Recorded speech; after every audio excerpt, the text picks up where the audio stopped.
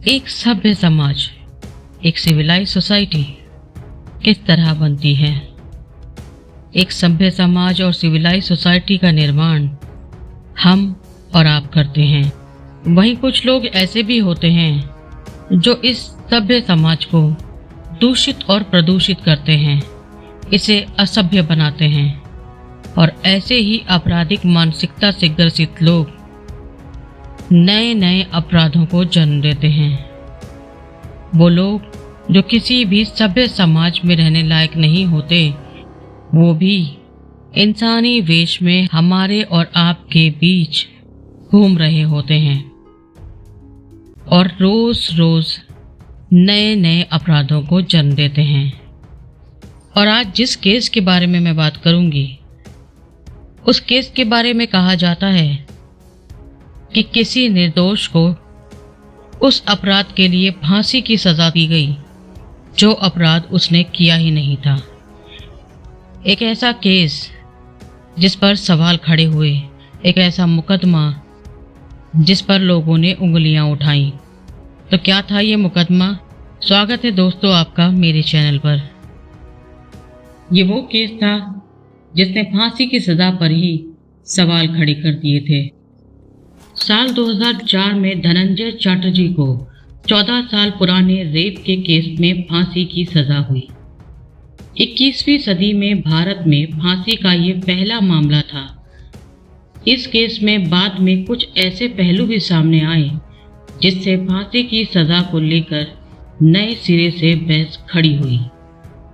क्या था ये केस और क्या था ये मामला, आज आप जानेंगे मेरे अंदाज में। बात 1990 की है।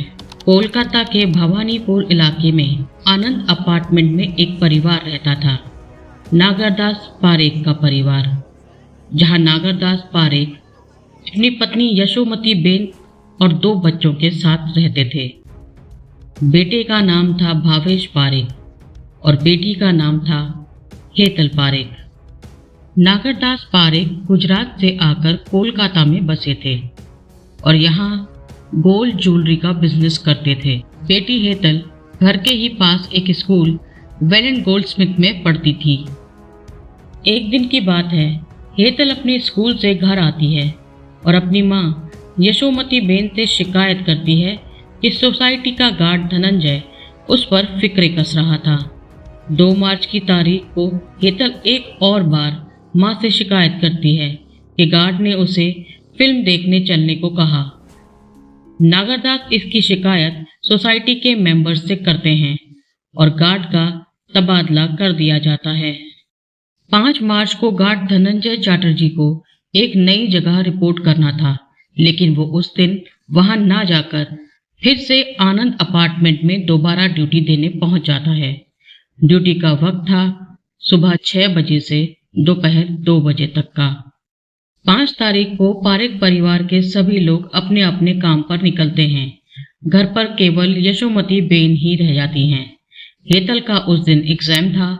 एग्जाम देकर वो 1 बजे के आसपास घर पहुंचती है। शाम 5:30 बजे यशोमती बेन घर से निकलती हैं और पास के ही एक मंदिर में पूजा करने चली जाती हैं। हेतल अब घर पर अकेली थी। उसी समय धनंजय एक दूसरे गार्ड से कहता है कि उसे 3रे माले पर जाना है।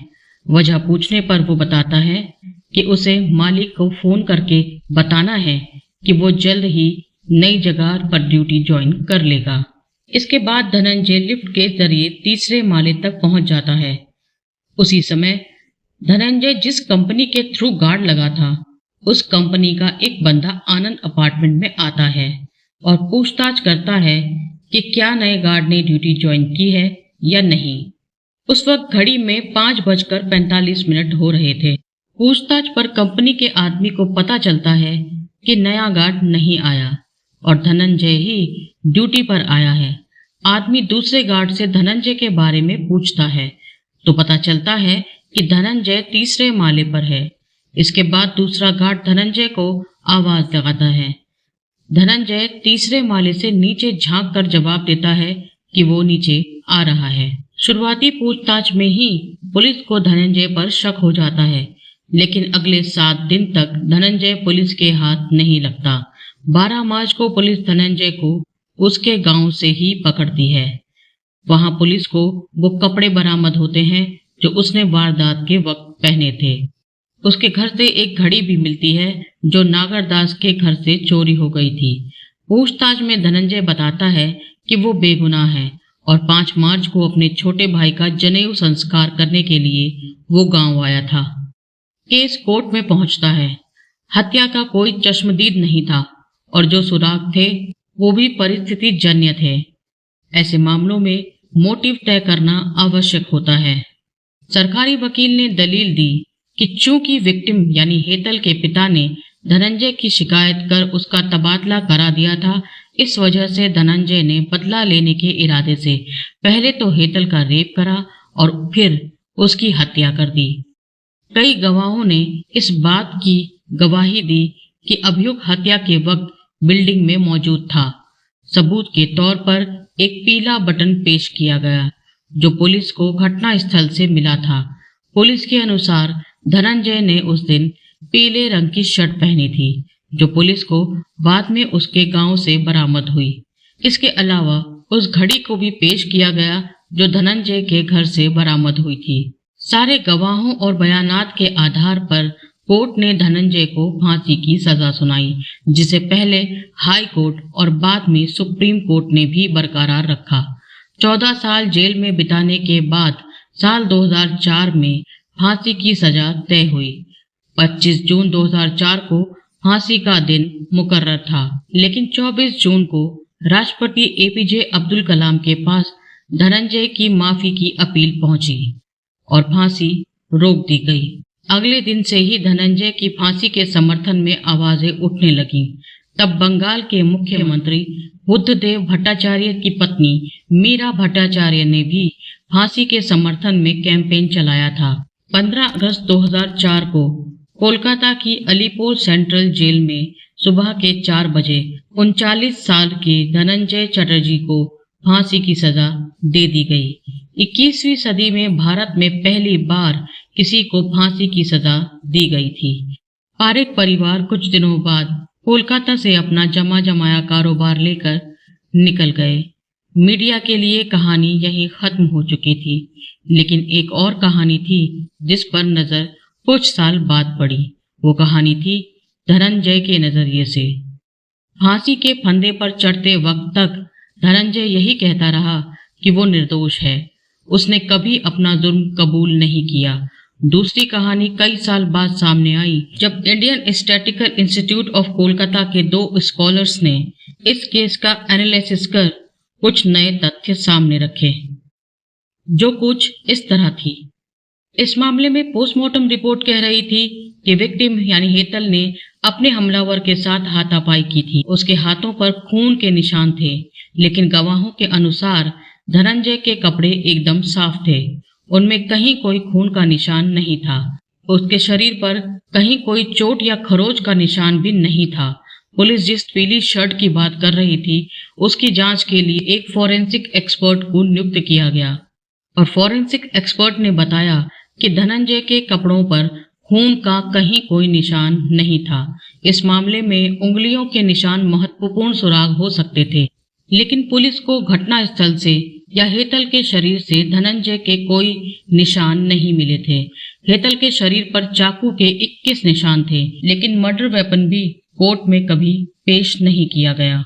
जहां तक बात करें गवाहों की, तो पहला गवाह था एक दूसरा गार्ड जिसने दावा किया था कि 5:45 पर उसने धनंजय को आवाज दी थी और धनंजय ने तीसरे माले से नीचे झांक कर देखा था। एक और गवाह लिफ्टमैन जिसने पहले इस बात पर हामी भरी, लेकिन बाद में वो अपने बयान से पलट गया। उसने बताया कि उसने धनंजय को 5:45 पर नीचे आते देखा था, लेकिन ऊपर जाते हुए नहीं। दोनों गवाहों की बातें आपस में मेल नहीं खा रही थी। दूसरा गार्ड कह रहा था कि जब उसने धनंजय को आवाज दी तो उसने तीसरे माले से नीचे देखा, जबकि हर माले पर लोहे की सरिया लगी हुई थी, यानी वहां से कोई नीचे झांके तो नीचे वाला आदमी उसे नहीं देख सकता था। हेतल की मां और सिक्योरिटी गार्ड के अनुसार हेतल की मां 5:20 पर मंदिर के लिए निकली थी, जबकि लिफ्टमैन ने बताया कि तब समय 4:10 हो रहा था। गवाहों के अनुसार धनंजय 5:25 पर बिल्डिंग में घुसा और 5:45 पर बाहर आया। यानी इस पूरे कांड को अंजाम देने के लिए उसके पास सिर्फ 20 मिनट थे और इसी बीच उसे अपना नाम पुकारे जाने पर बाहर निकलकर नीचे झांककर जवाब भी देना था। घड़ी चुराने की बात पर भी सवाल उठा, क्योंकि उस दिन अपार्टमेंट में और भी कई चीजें थी और सिर्फ घड़ी गायब हुई थी। हत्या के बाद धनंजय ने अपने कपड़े क्यों बचा कर रखे थे, ये सवाल भी कोर्ट में कभी नहीं उठा। फॉरेंसिक एविडेंस के अनुसार हेतल के अंडरगारमेंट्स में वीर्य के निशान पाए गए, लेकिन कोई डीएनए टेस्ट नहीं कराया गया। घटना स्थल से मिले खून के निशान भी धनंजय के खून से मैच नहीं कर रहे थे। पोस्टमार्टम रिपोर्ट में सेक्सुअल इंटरकोर्स की बात थी, लेकिन रेप किए जाने या जबरदस्ती की कोई बात नहीं मेंशन थी। एक सवाल ये भी था कि अगर हेतल ने धनंजय द्वारा छेड़े जाने की शिकायत की थी, तो हेतल ने उसे अंदर घुसने क्यों दिया। जब हेतल की मां घर पहुंची तो दरवाजा अंदर से बंद था। बाहर निकलकर धनंजय ऐसा कर ही नहीं सकता था और हेतल तो मर चुकी थी। फिर अंदर से दरवाजा किसने बंद किया था। एक बात ये भी पता चली कि जिस गार्ड ने धनंजय के खिलाफ गवाही दी, धनंजय ने खुद उसके खिलाफ अपने सुपरवाइजर से कंप्लेन की थी। कॉन्फ्लिक्ट ऑफ इंटरेस्ट पर भी अदालत में ध्यान नहीं दिया गया। ऑफिशियल कहानी के अनुसार हेतल की मौत के बाद उसकी मां उसे डॉक्टर के पास लेकर गई, जबकि वो पहले ही मर चुकी थी। पुलिस को इसके बारे में 3 घंटे बाद बताया गया। सुनवाई के बाद हेतल की मां ने शहर छोड़ दिया और कई बार वो ट्रायल में भी नहीं आई। जल्द ही हेतल के पिता और भाई ने भी शहर छोड़ दिया। धनंजय के खिलाफ जिस शिकायत की बात की गई थी, उसकी कॉपी भी कभी कोर्ट में पेश नहीं हुई। सबूतों की जिस लिस्ट को अदालत में पेश किया गया, उस पर एक चाय वाले के हस्ताक्षर थे। इन सब दलीलों को सुनकर भी कुछ लोग धनंजय को मिली फांसी की सजा से सहमत हो सकते हैं, जो गलत भी नहीं है। बिल्कुल संभव है कि इस मामले में दोषी धनंजय ही था, लेकिन एक बात समझना जरूरी है, वो ये कि न्याय इंसान का बनाया कॉन्सेप्ट है।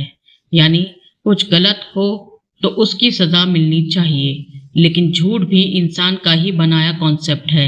इसीलिए किसी के कह देने भर से कोई दोषी नहीं हो जाता। सजा देने और न्याय दिलाने के लिए कानून बनाया गया है, जिसका पालन सावधानी से नहीं किया जाए तो किसी गुनाहगार को छूट मिल सकती है और किसी बेगुनाह को फांसी। कानून चूंकि इंसानी सिस्टम है, इसीलिए गलतियां होना लाजमी है। यही समझकर नीति निर्माताओं ने कानून में इस बात का भी ध्यान रखा। इसीलिए कानून का मूल भाव यह माना गया कि गलती से गुनाहगार छोड़े जाएं तो ये फिर भी स्वीकार्य है, लेकिन गलती से किसी बेगुनाह को सजा हो जाए ये कतई स्वीकार्य नहीं है। और फांसी के केस में तो ये सिद्धांत और भी ज्यादा जरूरी हो जाता है, क्योंकि आम सजा में गलती हो जाने पर व्यक्ति को रिहाई और हर्जाना मिल सकता है, लेकिन फांसी में ये मुमकिन नहीं। इसीलिए फांसी की सजा देते वक्त ये ध्यान देना बहुत जरूरी हो जाता है कि मामला रेयरेस्ट ऑफ रेयर हो। साथ ही ये तय करना भी जरूरी है कि केस किसी भी रीजनेबल संदेह से परे हो। बाकी धनंजय का केस किसी भी संदेह से परे था या नहीं, ये तो लोग डिसाइड करेंगे। इस केस में वाकई कई चीजें ऐसी थी जिन्होंने कई बिंदुओं पर सवाल खड़े किए। बहुत सारे लूप होल इस केस में पाए गए और इस केस की पूरी डिटेल सुनने वालों में हो सकता है कि कुछ लोग ऐसे भी हों जिन्हें लगे कि धनंजय निर्दोष था, क्योंकि बहुत सारे सबूत ऐसे थे जिन्हें पेश नहीं किया गया, जो धनंजय को निर्दोष या दोषी साबित करते। ऐसे कोई ठोस सबूत कोर्ट में पेश नहीं हुए। ये एक ऐसा पहला केस था जिसमें 21वीं सदी की पहली फांसी हुई और शायद हो सकता है वो किसी निर्दोष को दी गई हो और असल कातिल अभी भी खुला घूम रहा हो। तो दोस्तों, ये था आज का केस जिसे आपने हजारों बार सुना होगा, लेकिन आज इसे आपने मेरे अंदाज में सुना है। अगर आपको मेरा चैनल पसंद आया हो तो चैनल को सब्सक्राइब करिए और बेल आइकन को क्लिक जरूर कर दीजिएगा, ताकि ऐसी ही घटनाओं की वीडियो के नोटिफिकेशन आपको रेगुलरली मिल सकें। मिलती हूँ अगले केस में, तब तक के लिए बाय बाय।